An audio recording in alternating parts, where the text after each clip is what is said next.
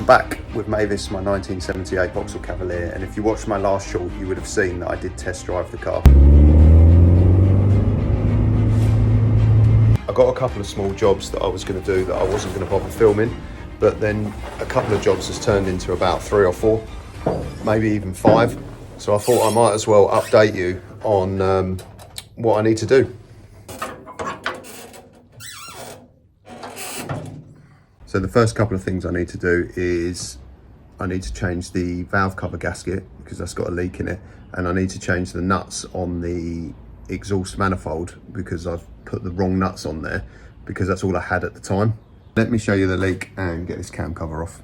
You can just see the oil coming out here and it's running down the back of the head, and I'm pretty sure it's coming out of the gasket and it's not coming out of the cam sensor housing. I'm sure it's just coming out this rubber gasket. So let's change that.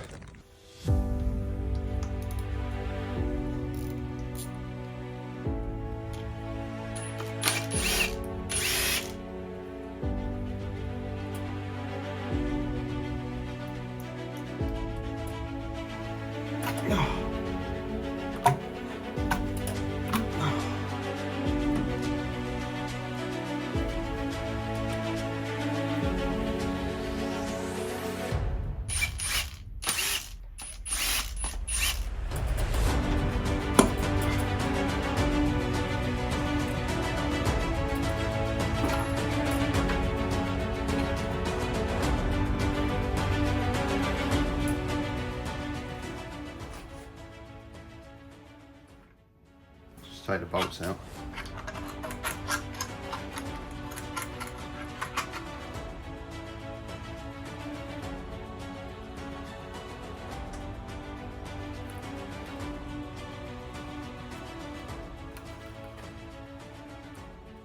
While I've got it open, I'm just going to remove the breather baffle.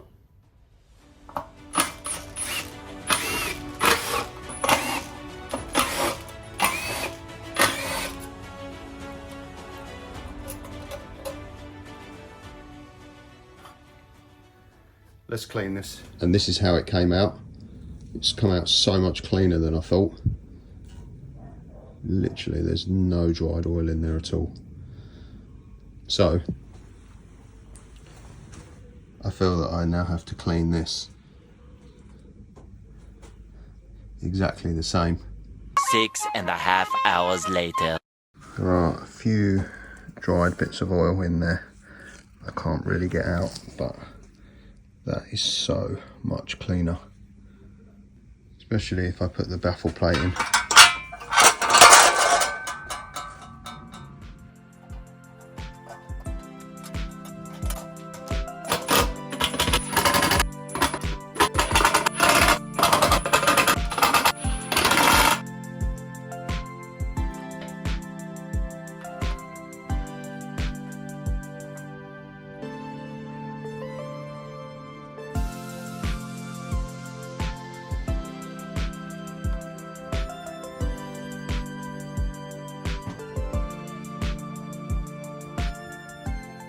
You can just see here where it was leaking.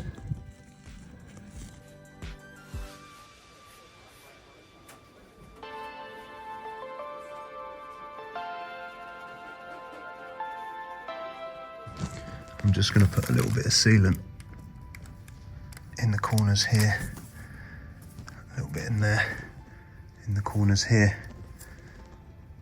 and here, just to make sure it doesn't leak out of there.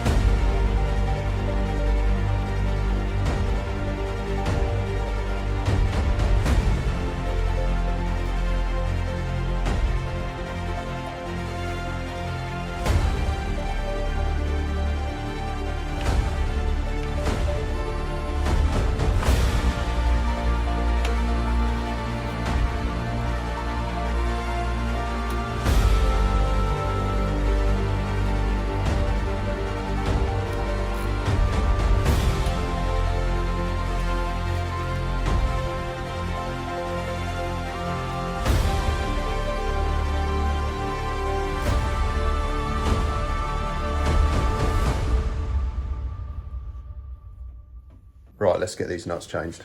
Okay, you can see that I've just used normal nuts because that's all I had at the time. Whereas I should have used these copper nuts.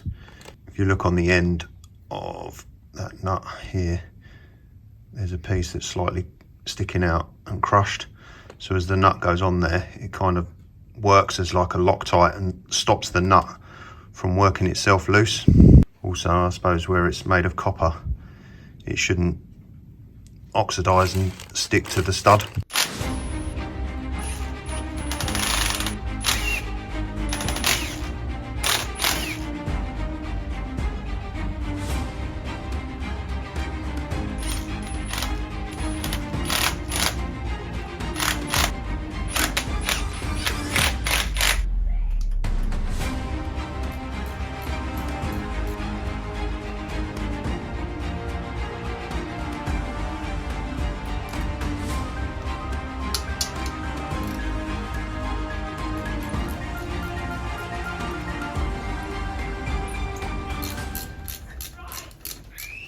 All that screaming is my niece jumping on the trampoline.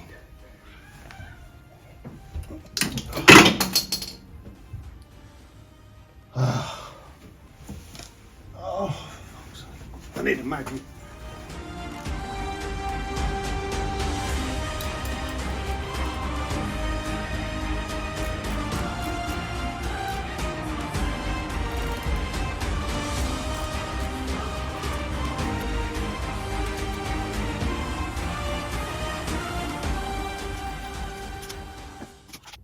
Right, I'm done, and I only dropped 3 nuts, 1 ratchet, 1 extension, and I did it with no gloves on, and now my hands really itch, which brings me to the next thing that I actually have to do. And for that, I need to jack it up and go underneath it. But let me wash my hands first, because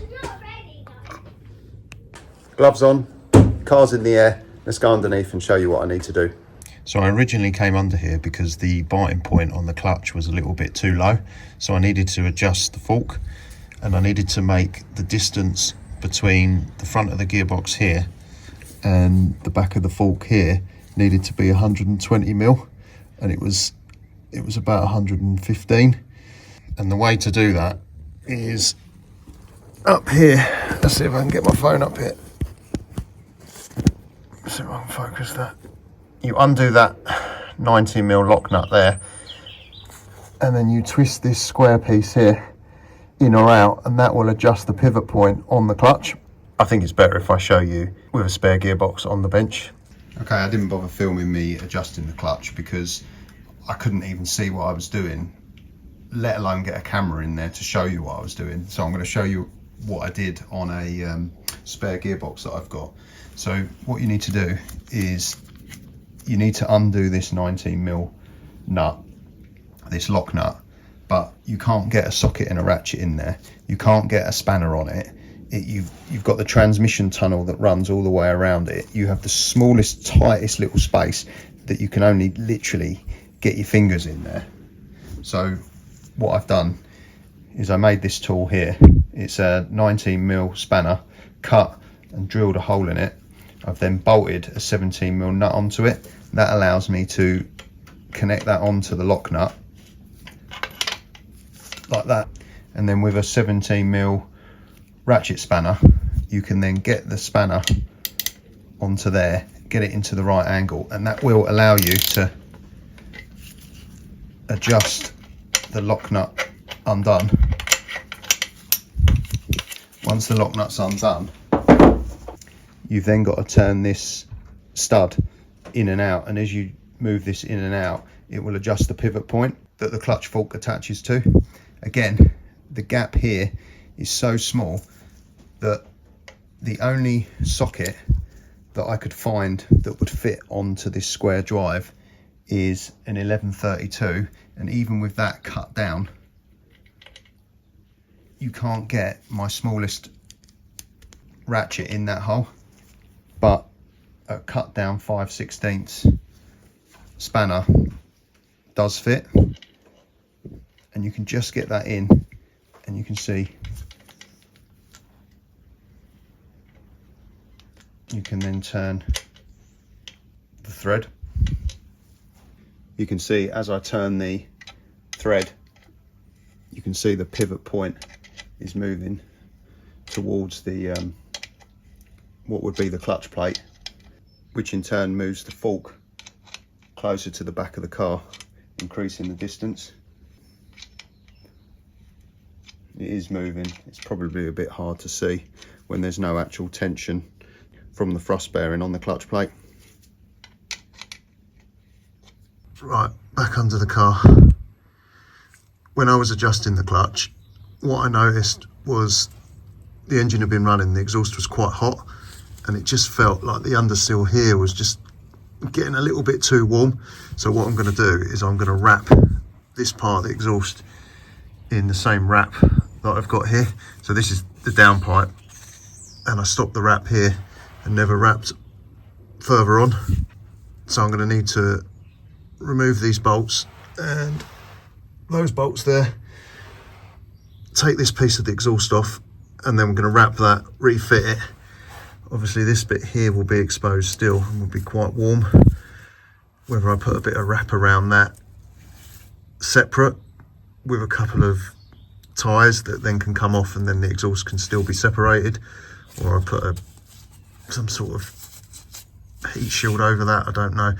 Also I need to remove the speedo cable because it's been resting on the exhaust, and relocate that somehow. But let's get this off first.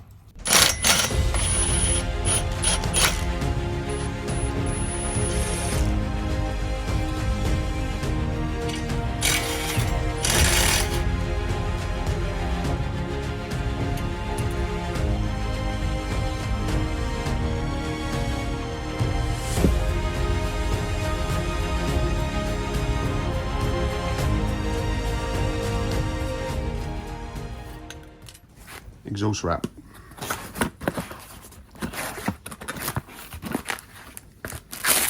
Little tyres, exhaust wrap, gloves. Do not touch this stuff without gloves. Trust me.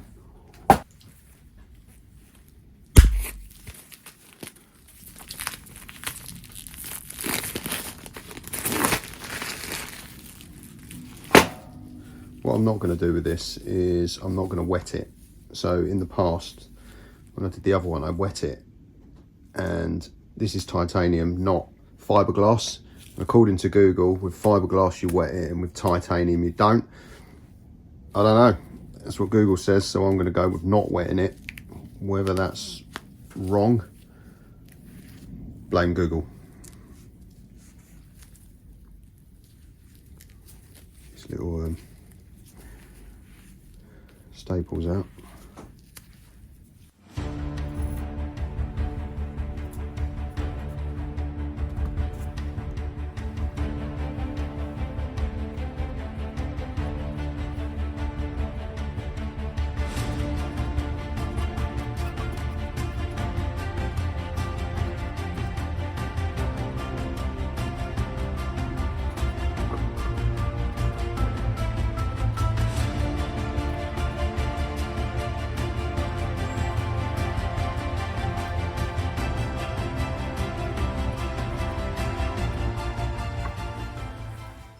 That's your hands. You're pulling it so tight.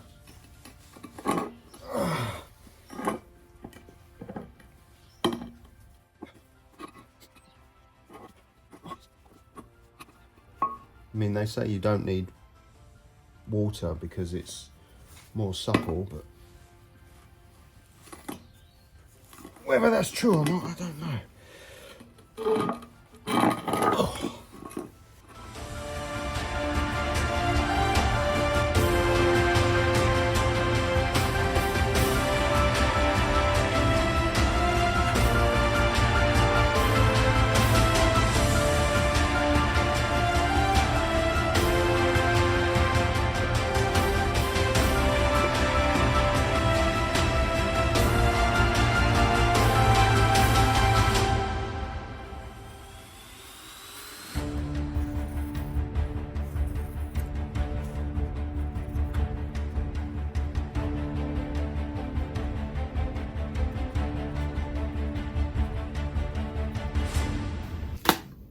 Done it, and it looks pretty neat. even though it is going under the car. So let's put it back on.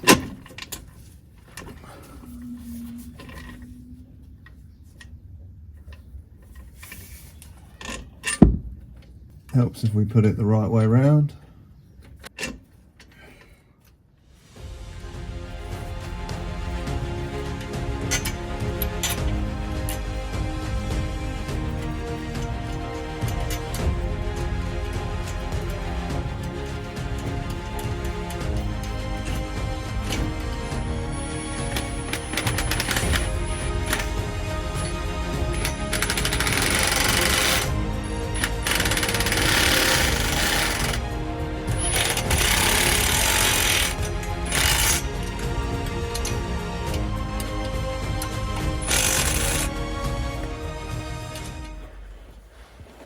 And it's on. And you can see the difference between the two types of wrap. Well, I'm assuming that old one was fiberglass. Now I need to reroute the speedo cable, which is going over the exhaust. It's clipped in up there. I think I'll have to do that off camera. The only way I could get the speedo cable not touching the exhaust was to kind of route it in this direction, and the only way I could get the cable to not fall down was I had to remove this bellhouse bolt. I've slid a large washer in there and I've drilled a hole in the washer, put a small cable tie in just to stop it dropping down, but there is actually a piece here, like a rubber piece on the outside, so it doesn't matter if it rests on there, it's not going to rub through. And with the cable up there, you can see it's not touching the exhaust now, and it can run all the way into the back of the box. All there is to do now is connect the battery, start it up, and hopefully we don't have an oil leak, and hopefully the exhaust doesn't fall off.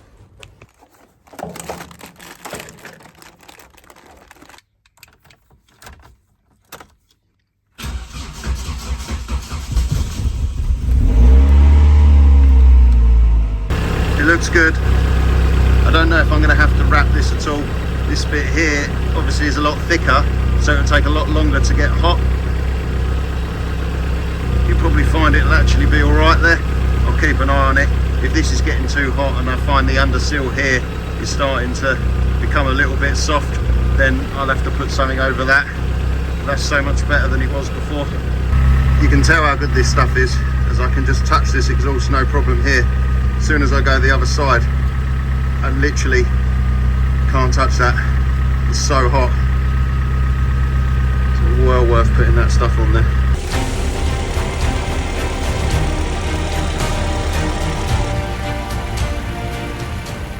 Well, it's running. We've got no oil leaks.